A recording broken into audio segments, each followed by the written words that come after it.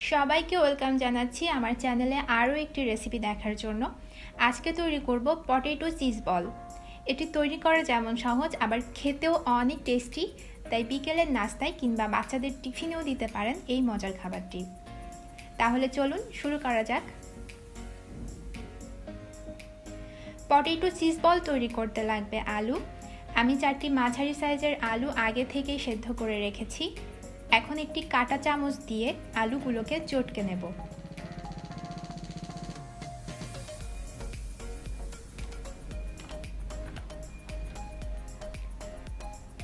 আলু ভালো করে চটকে নিয়ে এর মধ্যে দিয়ে দিলাম 2টি কাঁচামরিচ কুচি।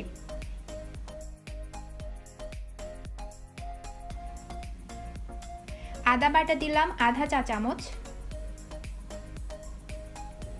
কালো গোলমরিচের গুঁড়া দিলাম 1/4 চা চামচ। আপনারা চাইলে সাদা গোলমরিচের গুঁড়াও ব্যবহার করতে পারেন।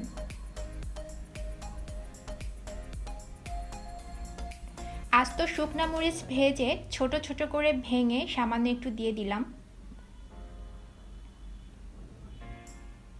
ধনে পাতা দিচ্ছি পরিমাণ মতো। স্বাদ মতো লবণ দিলাম।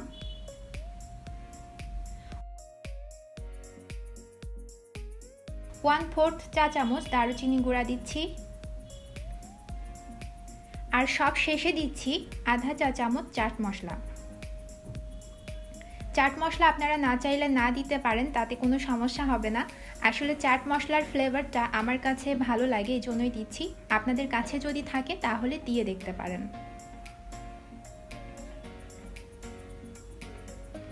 এখন হাত দিয়ে আলুর সাথে সব মশলাগুলো মেখে নেব।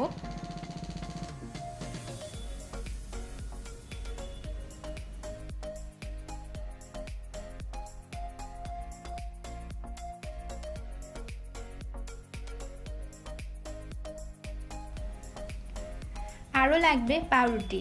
আমি এখানে 2টি ছোট সাইজের পাউরুটি নিয়েছি, আর দেখতে পাচ্ছেন পাউরুটির পাশের ব্রাউন অংশ কেটে ফেলে দিয়েছি।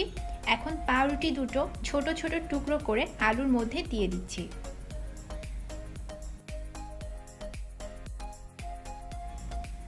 খুব ভালো করে চেপে চেপে মেখে নিতে হবে, যেন পাউরুটির কোনো দানা না থাকে। দানা থাকলে বল তৈরি করতে সমস্যা হবে।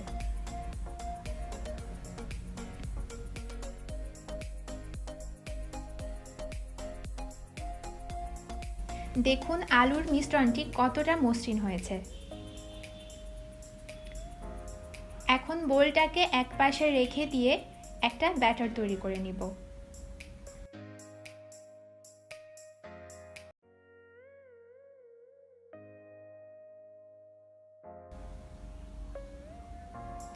ব্যাটার তৈরি করবার জন্য একটা বোল নিয়েছি। এখন এর মধ্যে দিচ্ছি আধা কাপ ময়দা, আধা কাপ কর্নফ্লাওয়ার, আরও লাগবে 1/4 চা চামচ গোলমরিচের গুঁড়া, আর সামান্য একটু লবণ। যেহেতু আলুর মধ্যে আগে লবণ দিয়েছিলাম, তাই লবণের পরিমাণটা একটু বুঝে দিতে হবে। একটা চামচ দিয়ে শুকনো উপকরণগুলো মিশিয়ে নেব। মেশানো হয়ে গেছে। এখন লাগবে পরিমাণ মতো পানি। অল্প অল্প করে পানি দিয়ে ব্যাটারটাকে খুব মসৃণ করে গুলিয়ে নিতে হবে। দেখুন ব্যাটারের ঘনত্ব কিন্তু খুব বেশি পাতলাও হবে না, আবার ঘনও হবে না।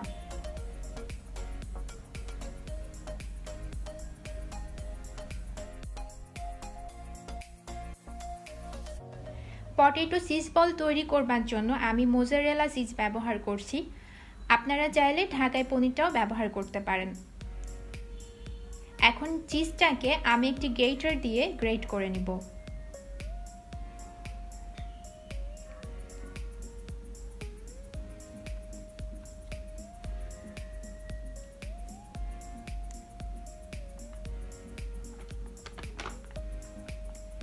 বলগুলো বানানোর আগে একটু তেল মেখে নিতে হবে, তাহলে বল তৈরি করতে সুবিধা হবে। আলু হাতের সাথে লেগে যাবে না।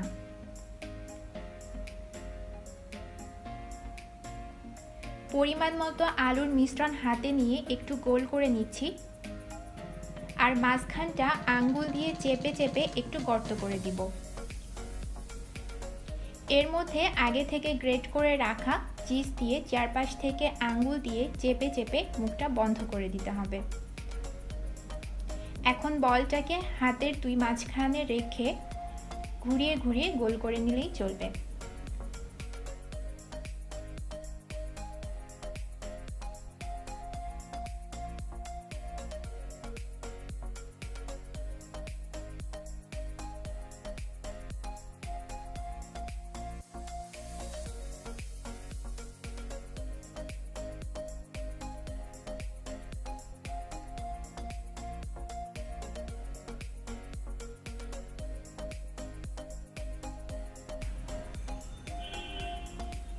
আর এইভাবে আমি সবগুলো বল তৈরি করে নেব।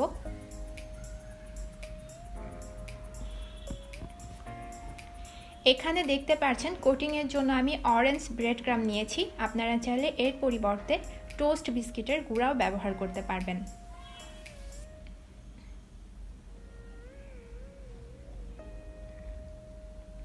এবার একটা করে বল নিয়ে এটাকে প্রথমে ব্যাটারের মধ্যে ভালো করে গড়িয়ে নিচ্ছি।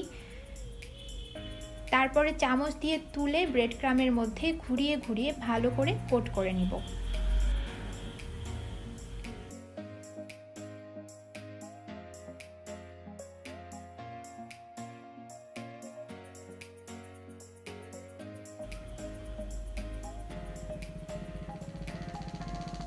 একইভাবে সবগুলো বল আমি ব্রেড ক্রামে কোট করে নিয়েছি।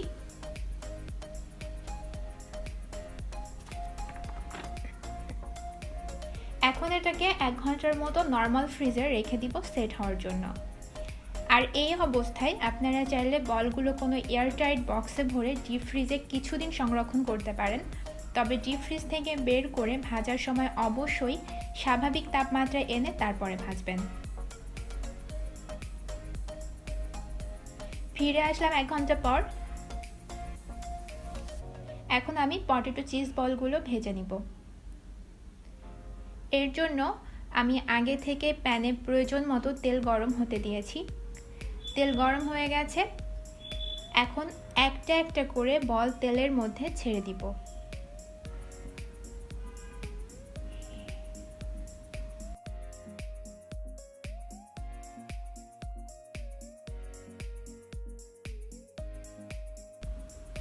এক পাশ হয়ে গেলে আরেক পাশও উল্টে দিতে হবে। এভাবে জাস্ট 2-3 মিনিট ভেজে নিলেই চলবে। ভাজা হয়ে গেছে। এখন বলগুলো কিচেন টিস্যু পেপারের উপর তুলে নিচ্ছি যাতে এক্সট্রা তেল শুষে নেয়।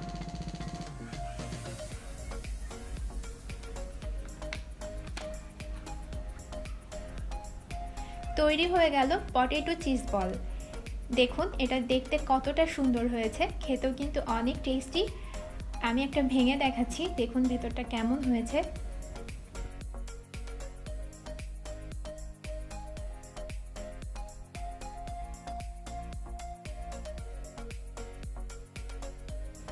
বন্ধুরা, আমার আজকের রেসিপিটি ভালো লাগলে বাসায় তৈরি করবেন। কেমন হয়েছে কমেন্ট বক্সে জানাবেন। আর প্লিজ আমার চ্যানেলটি সাবস্ক্রাইব করতে ভুলবেন না। সবাইকে অসংখ্য ধন্যবাদ ভিডিওটি দেখার জন্য। অনেক অনেক ভালো থাকবেন সবাই। আল্লাহ হাফেজ।